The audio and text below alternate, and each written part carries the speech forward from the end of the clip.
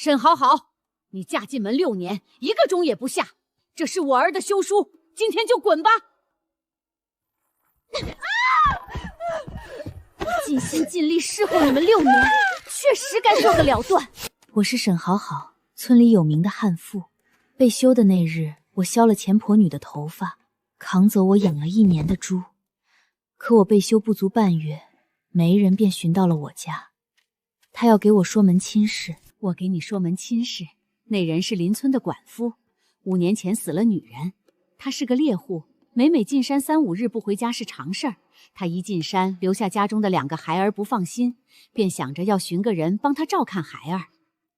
他家只他和2个孩儿，嫁过去就是你当家做主。五郎又是个贴心人，绝不会叫你受半分委屈的。我应下了。好好，来，过来。这就是我跟你提过的人，名叫宋全，人可好了。你爹娘呢？在屋里，去里面坐吧。1年能得多少野物皮货？家里还有什么人？1年得的野物皮货可得30、40贯，运气好的话更多一些。家里还有2个孩子，一个儿子，一个女儿。孩子平时都做些什么？大郎今年虚岁10岁，有时也会跟着我进山去。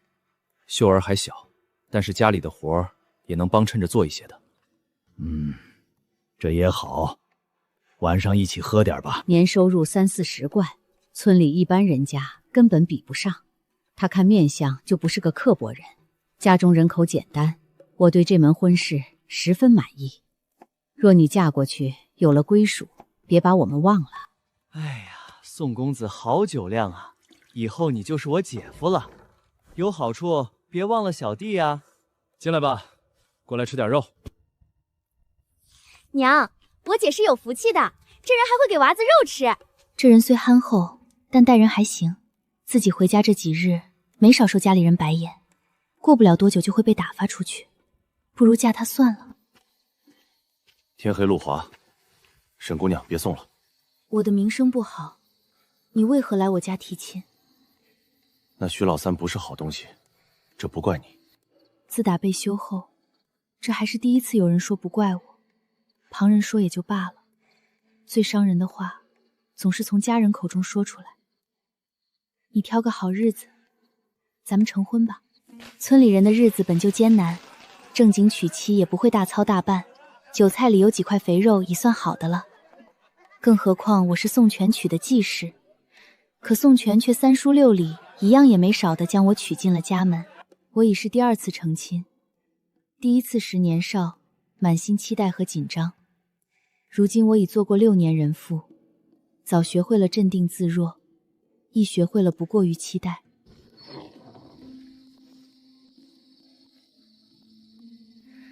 这点心很甜，我从不曾吃过这般甜的点心。这孩子倒是有心。二娘累了，今日就算了，待明日定然叫你们看个够。一个快而立之年的男人，竟有些清澈明朗。慌了吗？没有，这般明朗老实的男人挺好的。饿了1整日了吧？你且等一等，我看看厨下还有什么吃食。好。五郎这是疼心媳妇儿呢，连闹洞房都不让，真是把人宠上天了。可不是嘛，这新媳妇儿看着文静，没想到五郎这般上心。给你端了碗面，咱们这地儿娶妻嫁女都会做，你先吃点垫垫。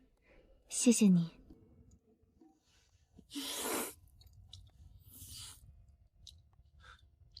还要吗？吃饱了。你先换衣裳，我去给你打盆热水来。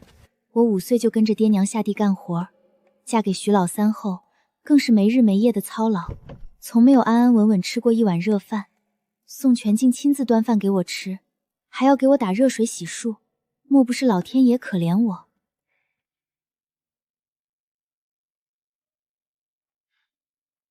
我手粗，怕弄坏了，待我洗漱完了便换上。好。在想什么呢？这般容易害羞，倒不像个常年进山打猎的猎户。宋郎，我还是第1次被人侍奉。我发妻还在时，每次我进山回来，都是他给我洗脚。直到他一病不起，我才知道，他平时操劳家务，脚都起泡结茧了。从那时起，我就发誓，要让我的妻子活得轻松一些。原来是这样。虽然他走了，但你来了，我也要对你好。其实，我也是第一次穿礼衣，真的很舒服。我娘家穷，不舍得买细棉布去做礼衣的。你这次拿了这么多彩礼，我娘倒大方了一次。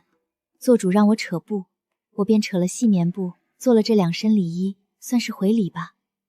二娘有心了。村里人说，夫妻相得，鱼水之事便是人间美事。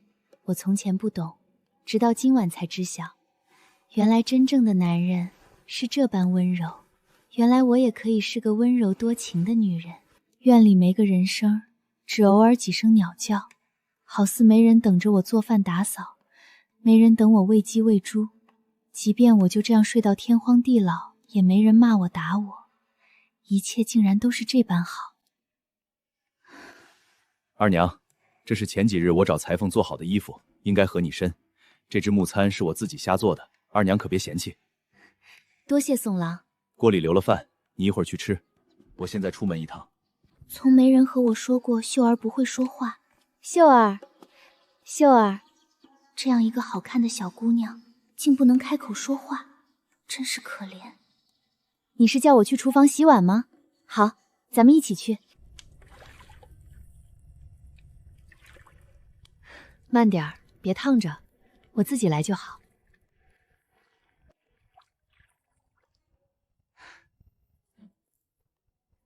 吃吧，咱们一人一半，以后有我在，不会让你饿着的。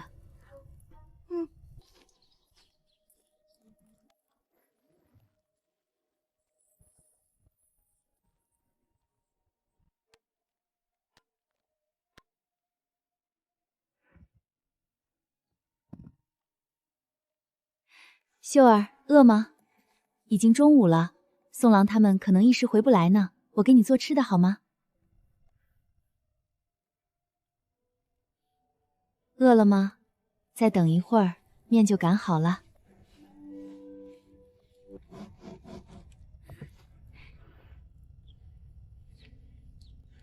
这是送你的小礼物，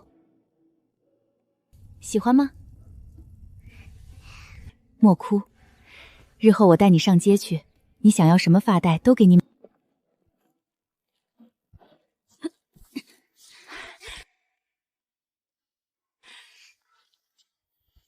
怎的哭了？是不是受委屈了？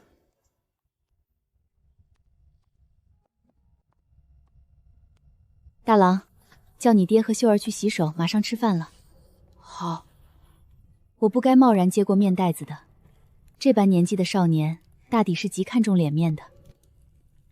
二娘，辛苦你了。秀儿说谢谢你的礼物，她很开心。大郎，秀儿是个好孩子，虽然她说不了话，可她聪慧，仅凭着我的瞎比划和口型，就能看懂我要干嘛。二娘，今日辛苦了。我本想着早些回来收拾的，可牛车半路坏了，耽搁了些时间。没事儿，都是做惯了的。再说还有秀儿帮我呢。吃完饭你便歇着去，我来刷碗。我见过的男人，甚少有进厨房的呢。无论春夏秋冬，忙碌闲暇，女人们除了跟着男人做活，家里的活一点不能落下。3更睡4更起，男人若是不痛快，要打要骂随意。我以前过的就是这样的日子，受男人的气，受婆母的搓，好似都是天经地义的。二娘，我绝不这样对你。我嫁进来刚1日，就体会到了以前从没有过的轻松，像做梦一样。我们家挂的是猎户，没有田地，除了进山打猎，平日也无事可做。二娘不用太累，快去睡会儿吧。怎的还没睡？不困吗？今日起得晚，睡饱了。我看咱家后院空着，想翻一翻，种点秋菜，你说好不好？待明年天暖了，我便养些鸡，到时候母鸡生蛋，公鸡吃肉可好？好。厨房还缺个柜子，能不能打一个来？好，好。怎么就知道说好呢？二娘做主就好。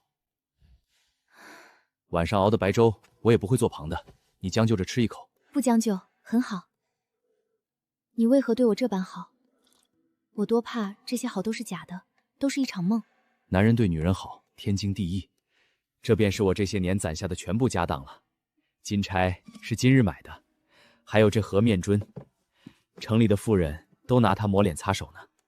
我说这是一场梦吧，我做梦都没做过这般的好梦。过几日我便进山，运气好能猎几交好货，卖了皮毛也就够咱们过个好年了。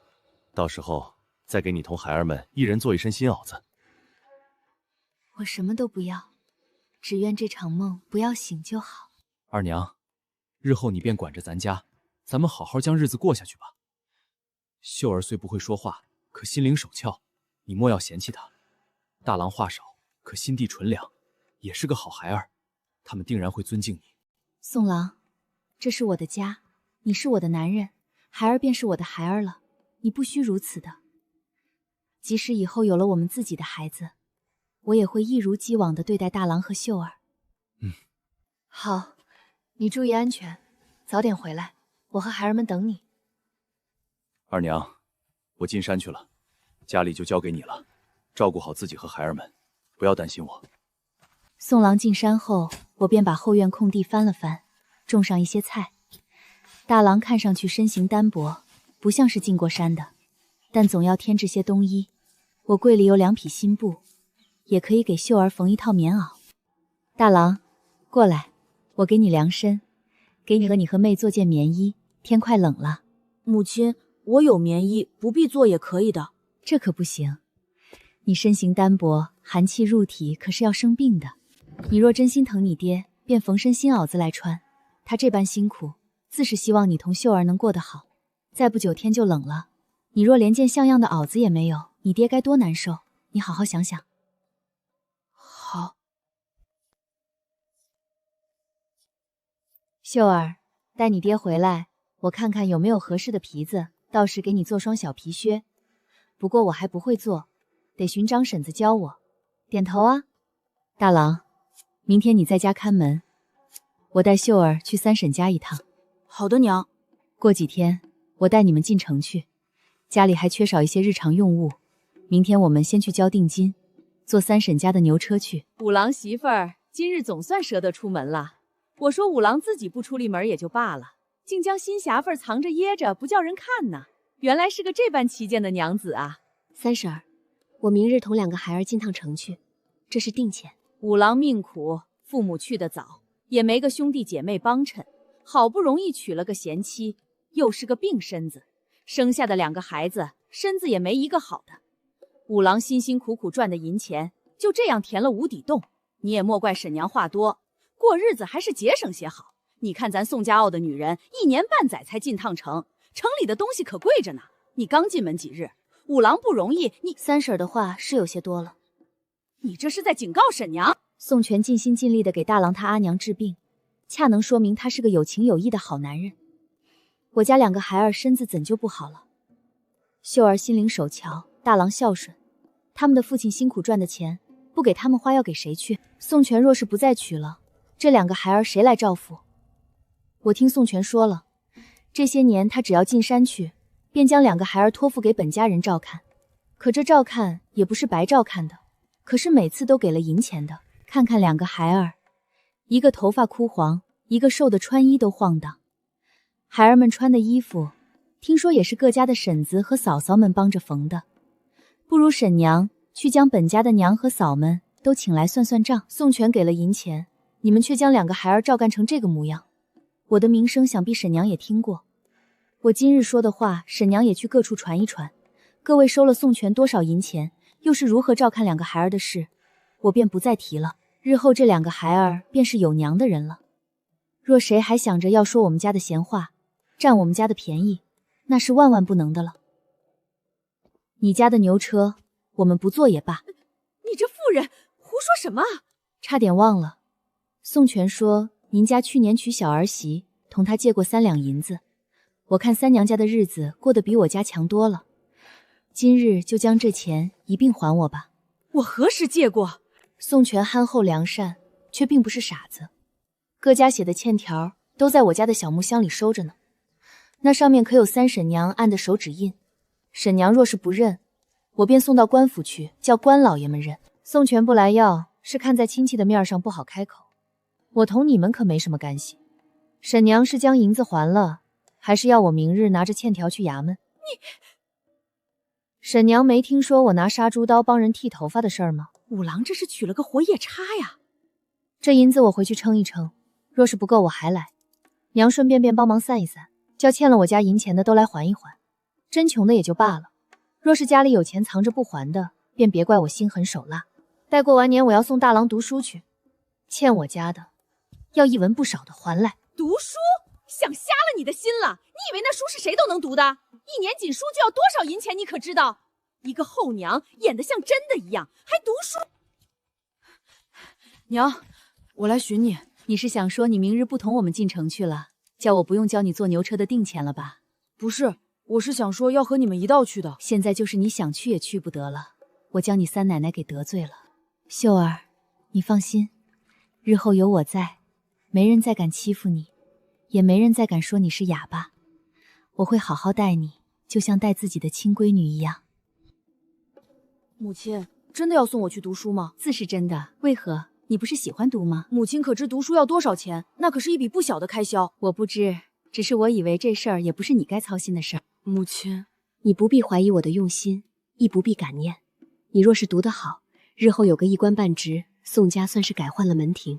我日后生的男孩也不再是猎户的身份，他的兄长是官家人，他日后也能读书做官。生的女孩身份更是不一样了，他有个做官的哥哥，自能嫁个好人家。我若是读得不好呢？再不济，日后总能做个教书先生吧。若是做官不成，日后在乡里开个书馆，教孩儿们启蒙也是好的。你不是说读书须得许多银钱吗？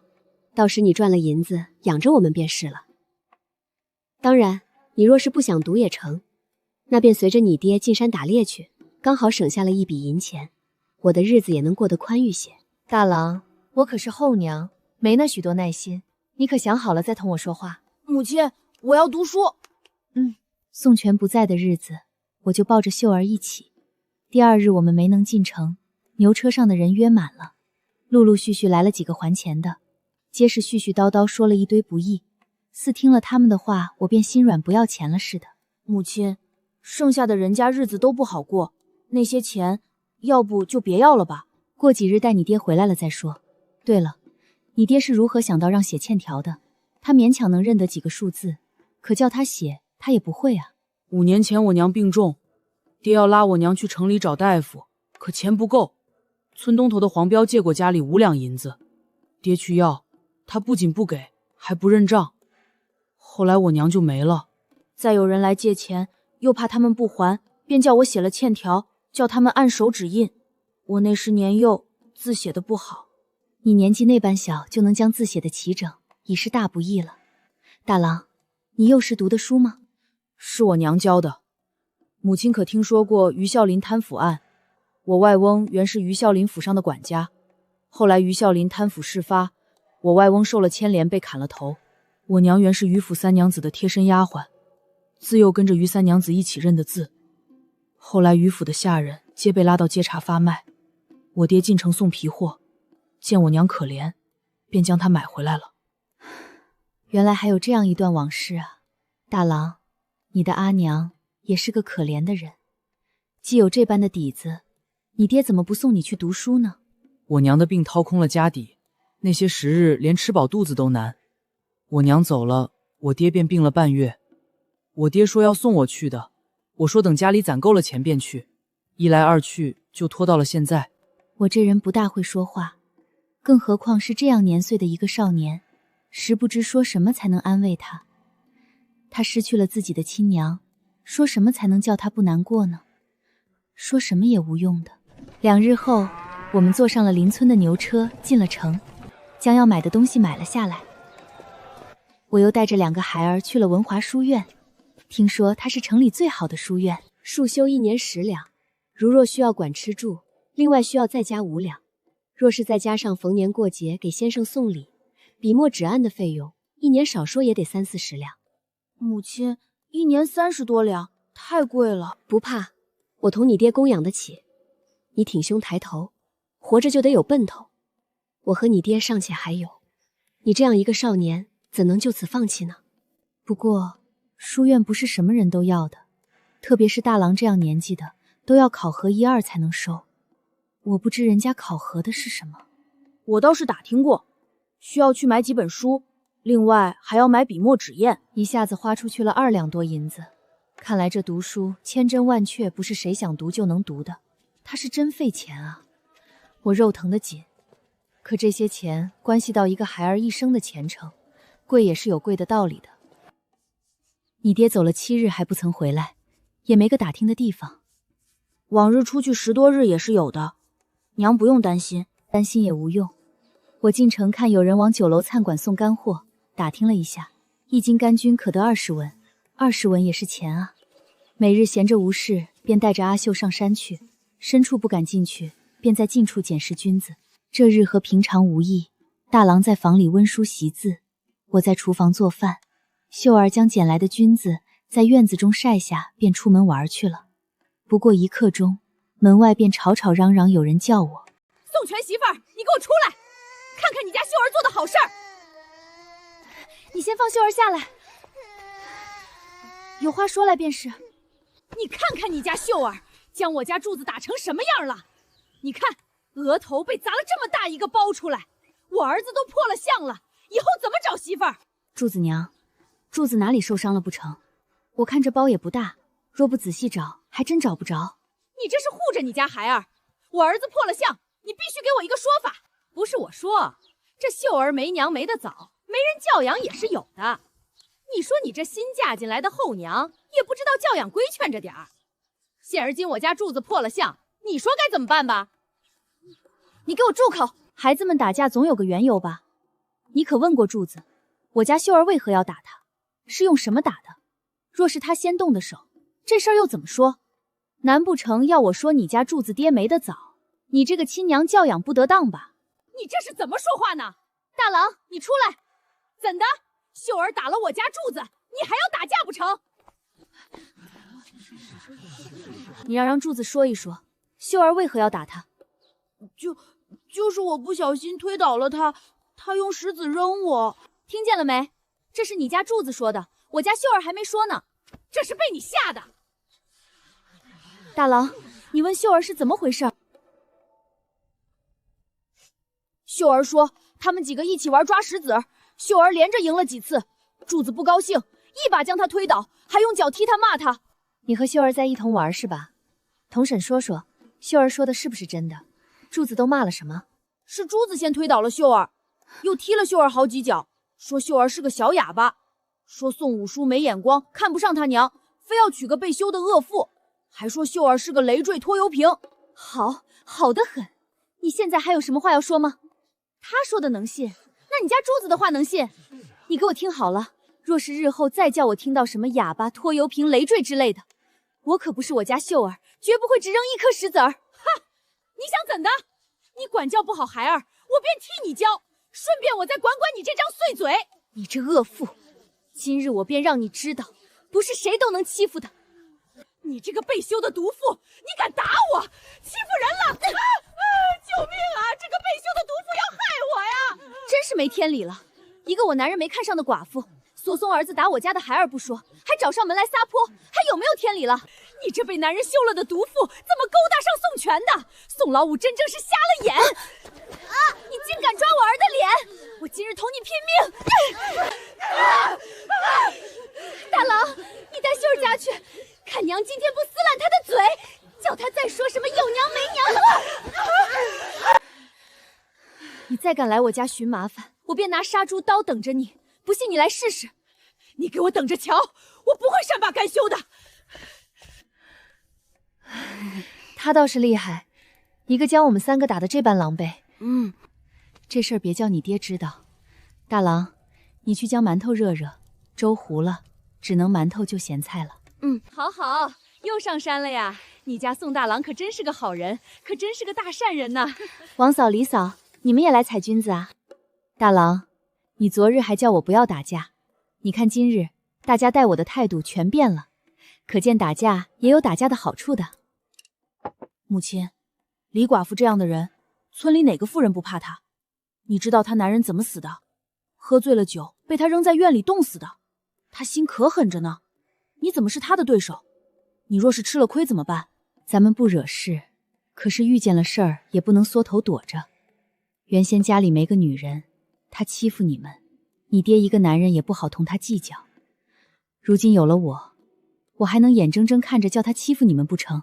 母亲，我都这般大了，若是你同秀儿挨了打，我都不去护，读这书有何用呢？多好的孩子啊！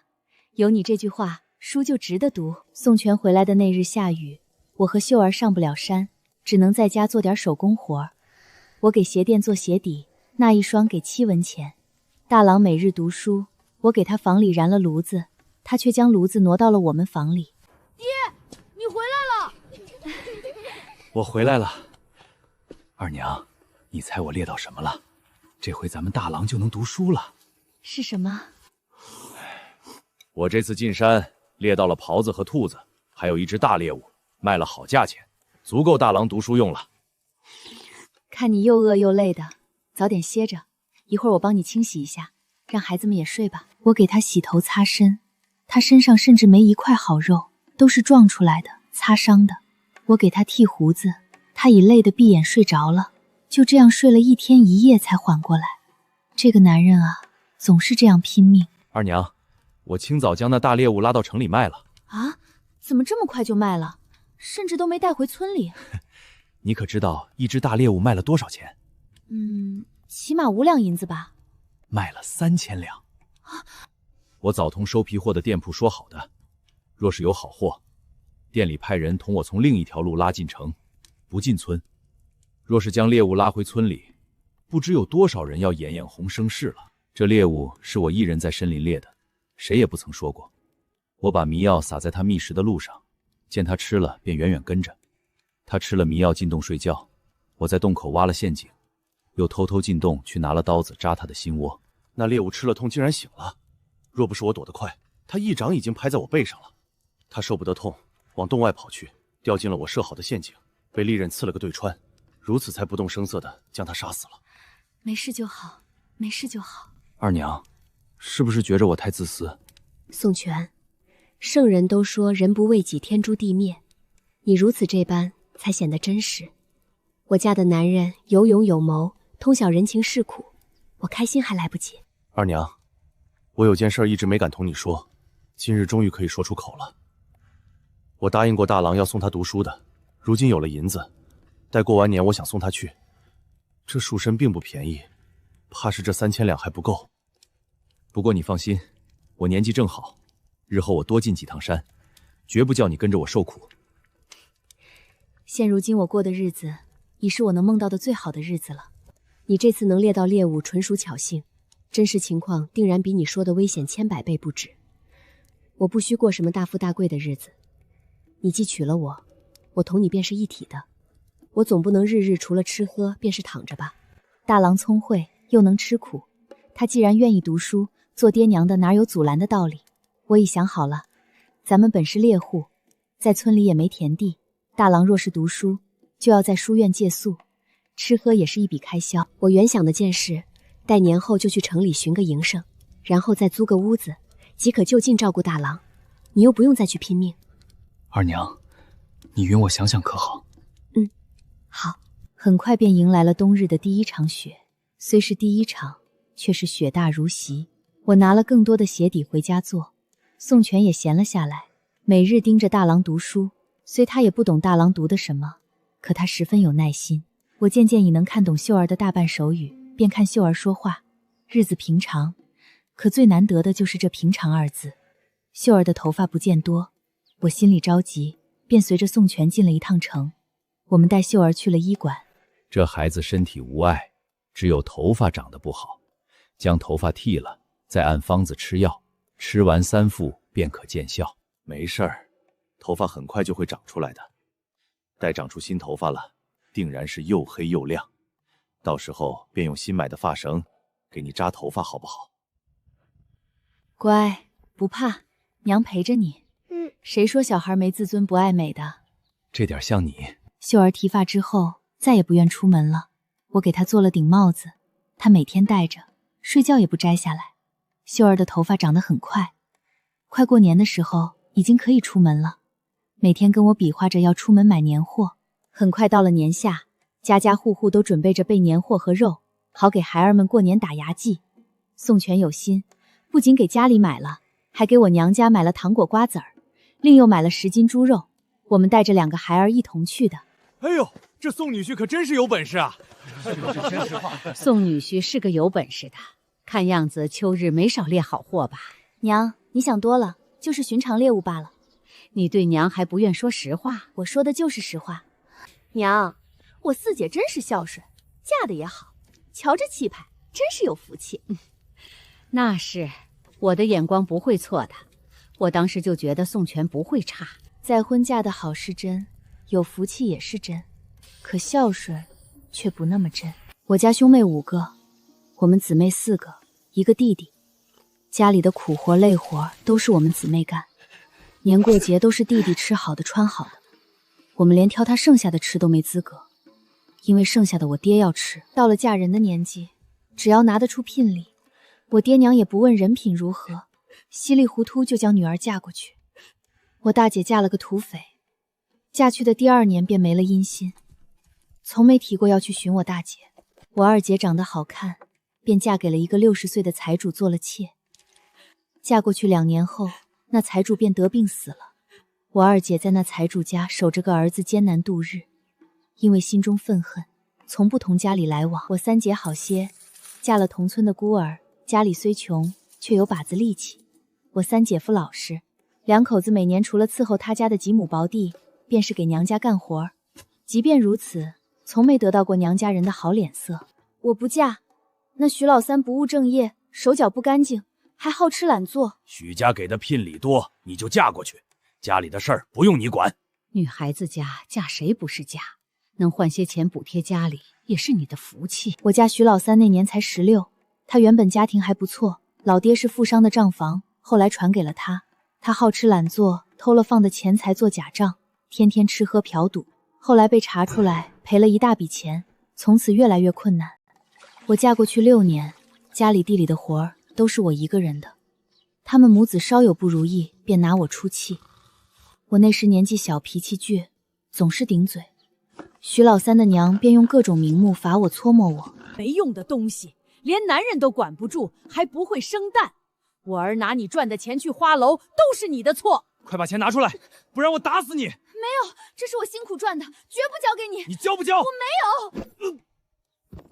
沈好好，你这悍妇，敢拿棍打我，看我不休了你！我拿到休书的那日才知道，花楼有个哥没有了他的孩子，他只是寻个由头休我罢了。我孝顺，我实则是恨透了他们。同样是他们生的，儿子怎就那般值钱，女儿就这般轻贱？不是，有我呢，总得把话说清楚。日后不想来，便不来了。生女儿只为卖钱？宋女婿是个有本事的，今年定然有个大收成，应该不止30-40贯吧。勉强糊口，进一次山，等于把命也交给了运气，打多打少都是靠命换的。你这倔脾气，趁早改了才是。若是叫宋女婿生了厌，到时再将你休回来，我家变成了笑话。你2个侄儿娶媳妇儿都不好娶的。外祖母说的不对，母亲不是那样的人。母亲在家辛苦劳作，教养儿女，待我同秀儿视如己出，待我爹更是情深意重。自母亲嫁来家中，我家的炕是热的，衣服是软的，饭也是香的。他护我们，爱他们，永远都是我家的人。我爹为何要休妻？如何又舍得休妻？不在乎我的人，不值得我伤怀半分。我的东西，自是要送给值得送的人。我们直接去了三姐家，把东西全留给了他们。三姐命苦，2口子又老实，没享过福，还总受别人气。小时候三姐最照顾我，这份感情我一直记挂着。二娘些许小气。我哪里小气？我的东西送给三姐才是物有所值。对，二娘永远是对的。祝爹娘新年快乐，百年好合。接你的福，来，红包拿好。爹娘，你们放心，我一定会认真读书，金榜题名。二娘，这是你的压岁钱。佛祖讲九九归真，大郎说九同长久的久字，我别无所求，只愿我们能长久些，更久些。总之，9是个好数字，你莫嫌少，收下吧。是啊，若是能长长久久的相伴到老，便没什么比这更好的了。二娘，你看这日子多好，杏儿娶了二娘，我同孩儿们才有了家。杏儿遇见了你们，我也才算有了个家。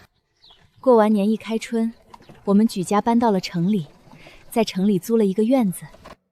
二娘，这个院子前面是间铺子，后面有3间房和一个小厨房，后院有个菜园子。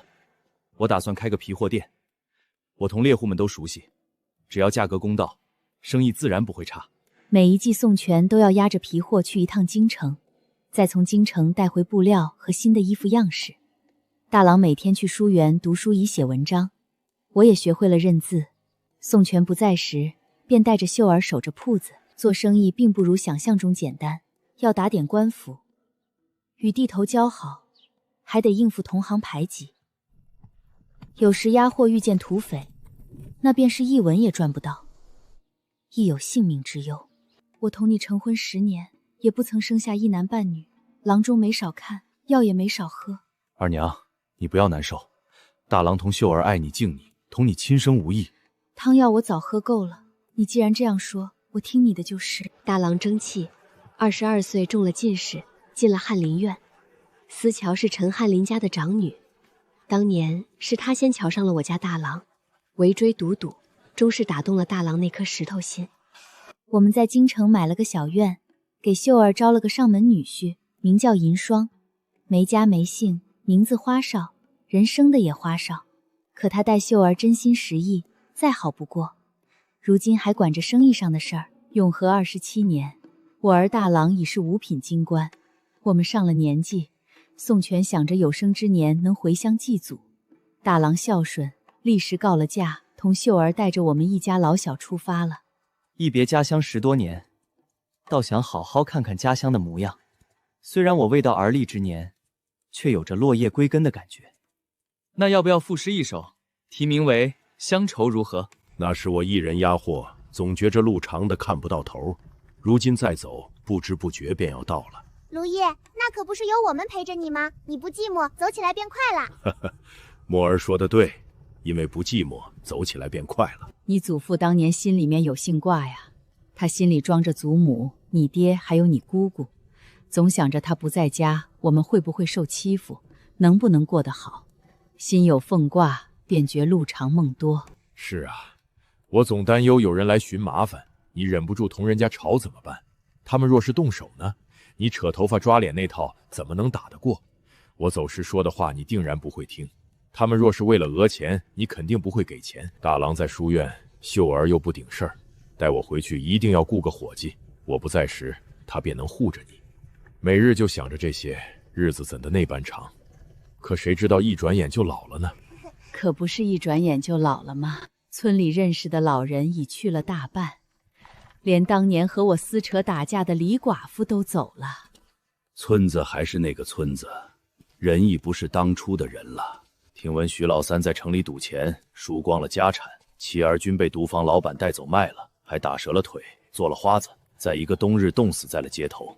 一出生就比别人强，最后却过成这样，他的一生就是个笑话。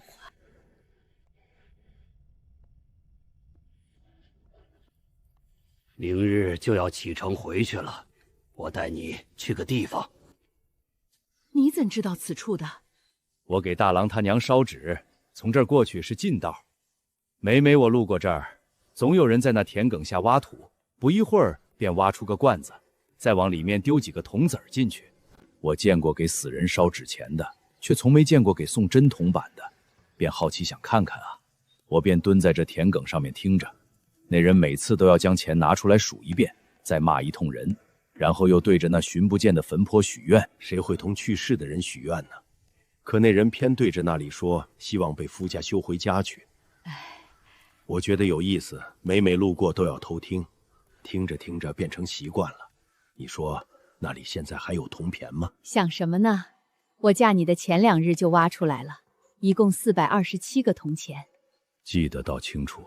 对那时的我来说，可是一笔巨款。我都想好了，你若是待我不好，我便要带着那些铜板走的。你傻不傻？就那点钱能让你撑几天？只要活着就有路走，怕什么？我就是瞧上了你这股劲儿。原来你是那时瞧上我的呀！